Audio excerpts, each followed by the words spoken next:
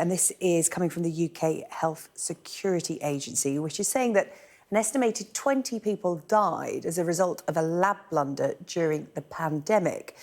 Around 39,000 PCR tests were reported as negative when they were actually positive. This is for a period of 6 weeks in September to October of last year. Our health correspondent Ashish Joshi joins me now with more on this story. Ashish, this is quite the revelation from the UKHSA. Tell us more.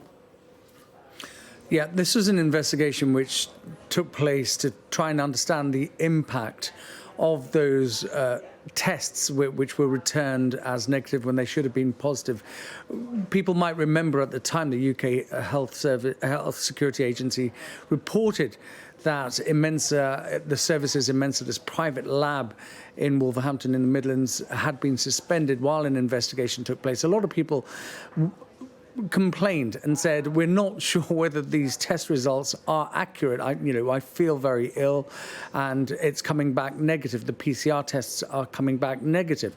So what the UKHSA, their investigators have done, Sarah Jane, is they've put together this investigation with modelling to try and understand the impact of all these 39,000 false negatives. And they've calculated that those 39,000 tests could have led to an extra 55,000 infections across the southwest of England, and then they've worked out that those 55,000 extra infections, given the prevalence of COVID-19 at the time, could have caused up to 20 or 23 deaths. So quite a huge impact from those false negatives returned by a private lab, which was contracted by NHS Test and Trace during those months in autumn in 2021. And these are the findings now of that investigation. So obviously loss of life, and those 55,000